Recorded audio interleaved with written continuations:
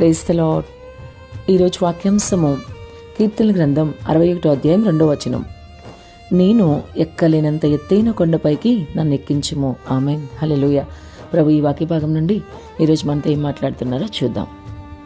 ఎత్తైన కొండ అనగా ఒక సురక్షిత స్థలానికి సూచనగా ఉంది.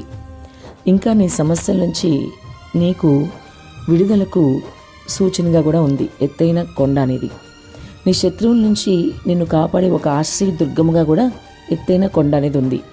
నిన్ను క్షేమంగా ఉంచగల ఒక స్థలానికి కూడా ఈ ఎత్తైన కొండ అనేది సూచనగా ఉంది. ఎక్కలేనంత ఎత్తైన కొండ.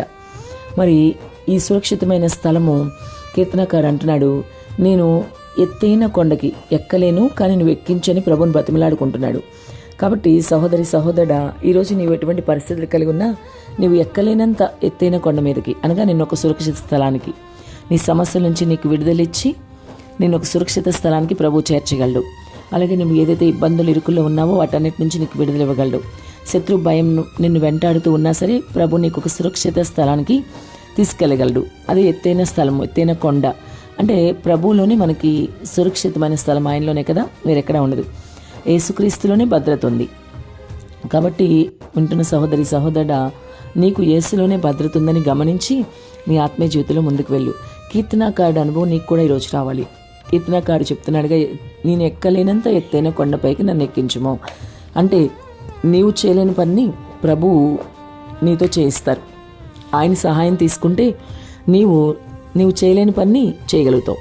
కాబట్టి ఈరోజు నువ్వు ఏ పనిలో వెనకాడుతున్నావో, నీ చదువు విషయంలోనా, ఉద్యోగ విషయంలోనా, వ్యాపార విషయంలోనా, ఆత్మీయ ఎదుగుదల విషయంలోనా, రక్షణ విషయంలోనా సమస్యలు ఇబ్బంది పెడుతున్నాయా, ఏదైనా సరే ప్రభు అయితే నీకు సహాయం చేయడానికి సిద్ధంగా ఉన్నారు. అది నువ్వు చేయలేవు, నువ్వు దాటలేవు ఆ పరిస్థితిని. కానీ నిన్ను ఎత్తైన కొండపైకి అనగా నువ్వు దాటలేనంత ఆ సమస్య నుంచి విడుదల నీకు రాదు, నీ వల్ల అయితే కాదు, నువ్వు చేయలేవు. కానీ ప్రభు అయితే సహాయం చేయగలరు. ఆయన నిన్ను అలాంటి పరిస్థితి నుంచి విడుదల ఇవ్వగలరు. ఆయన నిన్ను ఎత్తైన కొండ మీదకి ఎక్కించగలరు. కాబట్టి ప్రభు సహాయం తీసుకో. భక్తుడు అంటాడు కదా, ప్రభువా నీ సహాయంతో నేను సైన్యమును జయిస్తాను, నీ సహాయంతో నేను ప్రాకారములు దాటుతానంటాడు కదా. కాబట్టి నువ్వు కూడా ప్రభు యొక్క సహాయం తీసుకో. ఆయన సహాయంతో నువ్వు కూడా సైన్యాన్ని జయించు. ఆయన సహాయంతో నీవు కూడా ప్రాకారాలు దాటు. ఆయన సహాయంతోనే ఎత్తైన కొండపైకి ఎక్కగలుగుతావు. కాబట్టి కీర్తనాకారుడు చెప్పినట్లుగా నీవు కూడా కీర్తనాకారుడు అనుభవంలోకి వచ్చి ప్రభు దగ్గర అడుగు, మొరపెట్టు. ప్రభువా నీ సహాయం నాకు కావాలి అని నువ్వు అడిగినప్పుడు ఒక 100% భరోసా నీలో ఉండాలి. ఇలా నువ్వు మొరపెట్టాలన్నా అడగాలన్నా ప్రభువుల్లో పూర్తిగా నమ్మకం ఉండాలి. నీకు 100% విశ్వాసం, భరోసా ఉండాలి.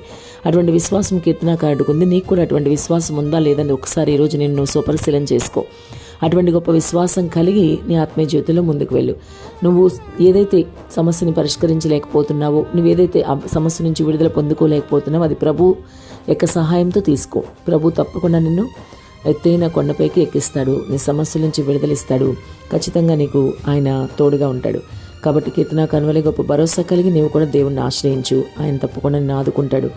ఏ సమస్యలు ఈరోజు ఉన్నా నీవు సరే మిత్రమా, నిరుత్సాహపడక ప్రభువుకి ప్రార్థించడం మొదలుపెట్టు. ఆమేన్.